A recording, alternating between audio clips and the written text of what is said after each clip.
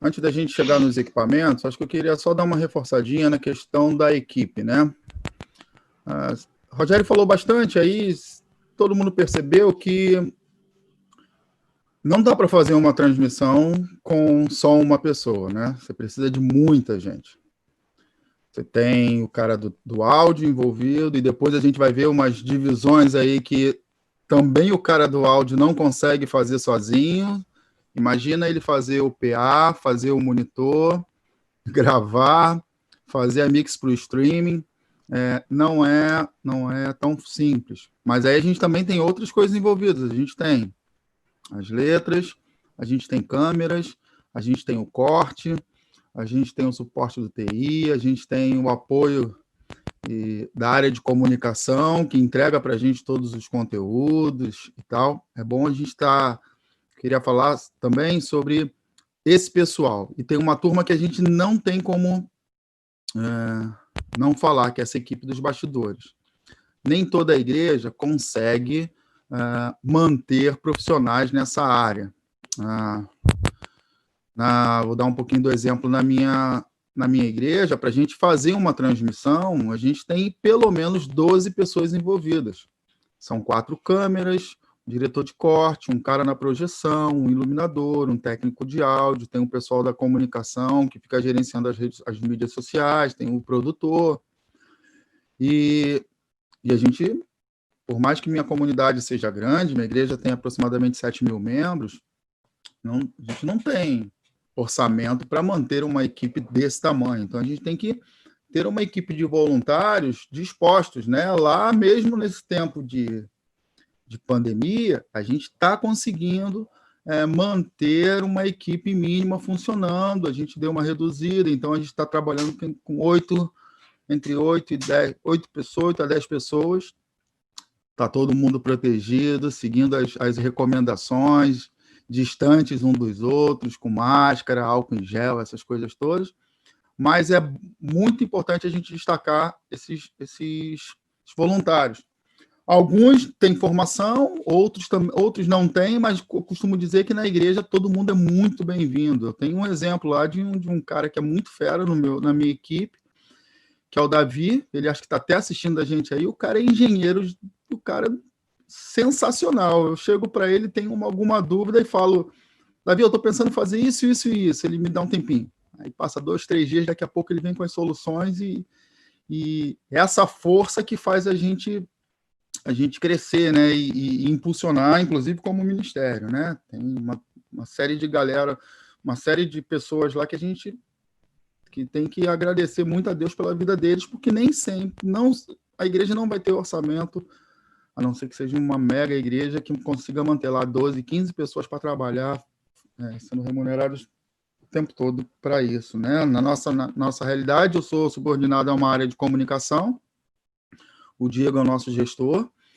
e ele tem uma equipe lá que produz os conteúdos, vídeo, imagens e tal, e operacionalmente eu estou subordinado a ele e eu tenho trabalho com toda essa galera. Mais ou menos essa é a nossa realidade lá na Igreja do Recreio. Maravilha. É muito legal a gente ouvir um pouquinho do cotidiano de cada uma igreja, né? Como os colegas falaram, cada igreja tem sua situação. Aqui eu tenho a felicidade, tenho que mencionar isso, que é um privilégio muito raro, não só pela questão, não pense que é porque a gente está num país de primeiro mundo, que as coisas são de primeiro mundo, não é bem assim.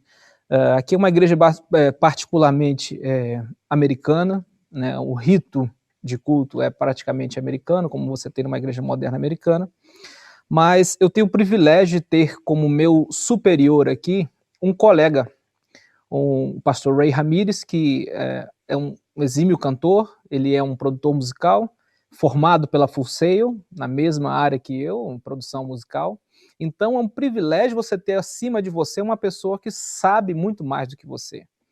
Isso é um diferencial que eu desejava já há muito tempo. Eu acho que a mentoria é algo muito importante que nós temos que valorizar, né? Então, os meus anciões, eles vão me orientando nesse sentido de o que fazer, né? Como que eu vou ali, como eu vou aqui, e a gente sempre tem que pegar esse tipo de ter essa referência a quem procurar. Às vezes o técnico nas igrejas que a gente conhece fica muito desorientado porque ele não tem a quem recorrer. E é uma coisa que eu defendo, a questão da educação. Nós temos que ser peritos naquilo que a gente faz, né? Isso até é um mandamento bíblico, né? A gente tem que ser perito naquilo que faz. E ser perito começa na questão da educação. Você tem que dominar aquilo que você faz. Aquilo que você opera, o técnico, eu defendo que ele tem que dominar.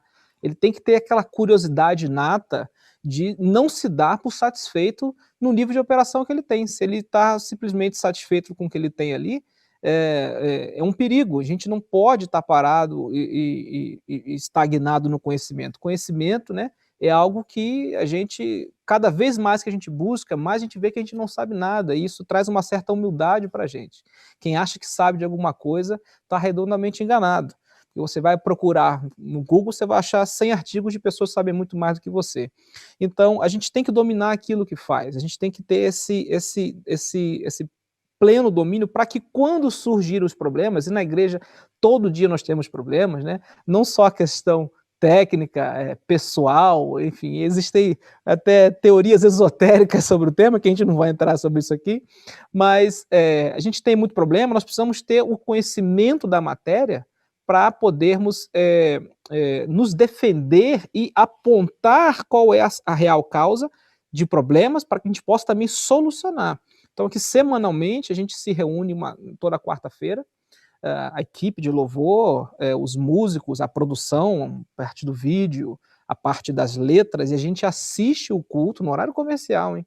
A gente assiste o culto e a gente toma nota de tudo que vai ser melhorado para a próxima semana. Então, o nosso processo aqui é uma catarse constante, é algo muito, muito, muito, muito levado a sério. Então, existe uma pressão, sim, para um resultado o melhor possível, um padrão de qualidade. Nós transmitimos aqui, nós temos semanalmente, né, pessoas do mundo inteiro assistindo, do extremo Oriente, as Américas, a África, a Europa. Então, o nosso público é muito exigente. Os cultos são em inglês e nosso público é muito exigente. Então, nós temos que ter essa constante catarse, nós temos que ter essa constante avaliação. E o legal é que quando as coisas não vão bem, se você for uma pessoa esforçada e capacitada e que resolve, mesmo no dia da adversidade, as pessoas vão ter compreensão com você. Elas vão chegar e falar, poxa, teve um problema, mas olha, a gente sabe o quanto você é capaz, o quanto você é esforçado, o quanto você é competente, hoje não deu, não fique assim. Isso é muito legal, você receber da equipe todo o seu esforço que você empreende nela, quando você precisa, a equipe está ali para te sustentar. Como um músico que vem tocar, às vezes não tem um dia bom, a gente está aqui para dar esse apoio. Então, esse aspecto organizacional de equipe era algo que, sinceramente, eu não havia me apoiado tanto nas minhas experiências profissionais no passado, por talvez não ter pessoas que dominassem o processo produtivo acima de mim na hierarquia da organização, né? E aqui eles focam muito na questão da equipe, do caráter. E o resultado, uma vez que uma equipe está bem ajustada, né, bem azeitada, todo o processo flui com mais facilidade. Então, o que o Rogério falou e o PP falou são coisas fundamentais para que a gente possa entrar, sim, na parte técnica. Se a gente entrar na parte técnica, mas a equipe não tiver no mesmo nível, você cria um hiato e você cria um vale, uma separação, em que você produz um material de qualidade em termos de áudio, mas você não tem a quem entregar. Porque a pessoa que está ali no próximo estágio, ela não tem conhecimento, ela não sabe o que fazer, e você acaba tendo que fazer o trabalho de todo mundo. Isso é muito ruim, né?